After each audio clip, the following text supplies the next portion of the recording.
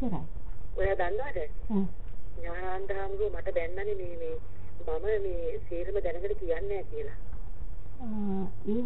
ඒ කොහොමද ඔයා දැනගෙන කියන්නේ නැහැ කියන්නේ? ඉන්නකෝ. ඔය ඔය මෙහෙම. ඔයා කියන්න එපා මේක ඔයාගේ නංගිටවත්. නෑ නංගිට තියා මොන යකෙකුටවත් කියන්න ගෙදර මට හිතනවා මෙහෙම. ගෙදර එයි මාලා එක එකනා ඒ ගෙදර නිකන් ඔය මෙහි යන ගමන් ආවා කියලාම කිසි කෙනෙකුට උගුරක් අඬවන්න එපා. නෑ. එකෙක් විශ්වාස කරන්න එපා. නෑ විශ්වාස කරන්නේ නෑ. එකෙක් විශ්වාස කරන්න එපා. දැන් මොකක්ද ඕන කරලා තියෙන්නේ? මෙහෙමයි. දැන් මේ කොහොම හරි ඔය මේගොල්ලෝගේ අතරේ තියෙනවා මේ සීරම මම දන්නවා කියන්නේ නෑ කියලා. හොඳද? කියන්නේ නෑ කියලා එකක් ඒගොල්ලන්ගේ දැන් තියෙනවා. ඕවා දීලා තියෙන්නේ මානෙල්ලා ඔය ජයන්තිලා ඔක්කොම දීලා තියෙන්නේ. හොඳද? රණසිංහයත් කියලා තියෙනවා ඔක. හොඳද? මේ මම මේ සේරම දන්නවා කිසි දෙයක් කියන්නේ නැහැ කියලා. ඒ කියන්නේ හාමුදුරුවෝ මට ඔයා දන්නේ මට හරිය හිත වේදනාවක් දුන්නා මාලා මේ ටිකේ. ඒක තමයි අම්මා අපි නිහඬව හිටියේ මම හොඳද? මෙහෙම දැන් ඕන කරන්නේ මෙන්න මේකයි. දැන් මට කියනවා අන්න මේ සම්මුතහමගේ අම්මා මේක කිව්වා. අන්න ආර්යයන් මේක කිව්වා.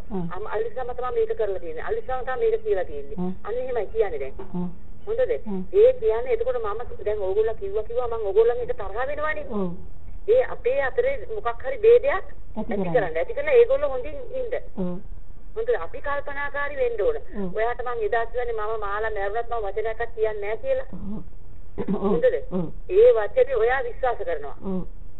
ඔයා නිකමකට කියවද මේවා අල්ලිසම තමයි කියලා තියෙන්නේ කියලා? නෑ මම අදටවත් කියලා නැහැනේ. මං අදටවත් කිව්වේ නෑ. අදටවත් කිව්වේ නෑ කියන්නේ අම්මා මං අදටවත් කිව්වේ නැහැ. අදටවත් කියන්නෙත් නැහැ. මම කියන්නෙත් නෑ. මම මැරුණත් කියන්නේ නෑ. නමුත් කියනවා මෙහෙමයි දැන් ගන්නෙ. උන් අපිට දැන් ඔයාට ඔයාව හම්බෙන්න එන්න පුළුවන්. ඔයාට පරිවිදේ ගන්න පුළුවනි. මොකක්වත් ප්‍රශ්නයක් නෑ එන්න කියලා. ඉතින් ආවම කියනවා මේ සම්මුතිහමගේ අම්මා මේ බලන්න මේ අලිස්සම මෙන්න මෙහෙම එකක් කියන ඔබතුමේ මේවා කිව්වේ ඔබතුමේ මේවා කිව්වේ කියලා ඔන්නම කියනවා. හොඳ එතකොට ඔයාට මං කරේ එනවා කල්කිරීම. එතකොට ඔයා මොකද කියන්නේ ඇතුලේ තියෙන දේ තේරෙම කියා දානවා. අන්න ඒකට දැන් තියෙන ලොකු මේව එකක්. නෑ අම්මා දැන් ඔච්චර දෙයක් වුණා දැන් මම ඔය වෙනකන්වත් ඔයා මිත්තරා මහඳුරන්ගේ සිද්ධි මා එක්ක කිව්වා. අර දොස්තර නෝනාගේ ඒවා කිව්වා. රමණිගේ ඒවා කිව්වා. එතකොට ඔය කිසිම දෙයක් අද වෙනකන් මම කටින් අතහැරලා නෑ. තුමිතුත් වෙනවනේ. තුමිතත් වෙනවා. තුමිතුත් වෙනවා. අපිට කිසි කෙනෙක් ගැන හිතන්න බෑ මාලා මේ ලෝකේ. කිසි කෙනෙක් ගැන හිතන්න බෑ.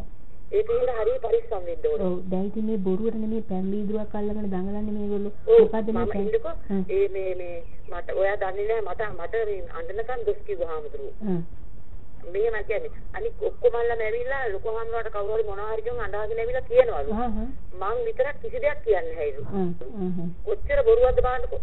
ඒකනේ. මං කිසිම ඔයා කියන්නේ මං එහෙ කියනවා මෙහෙ කියනවාද මෙහෙ කියනවා එකක්වත් කියන්නේ නැහැ දෙපැත්තට. මං දන්න දේවල් කිසිම දෙයක් කියන්නේ නැහැ. අනිත් එක අර තුසිතගේ මගුල හාමුදුරුවෝ මට කිව්වා මේ මමලු ඒක කීවේ. මම ගියාද මහන්නේ වුණා තුසිතත් එක්ක ඉන්න එක බලන්න. ඒ ඉතින් මෙහෙමනේ අම්මා. ඒ දැන් හරවන අතර කියන්නේ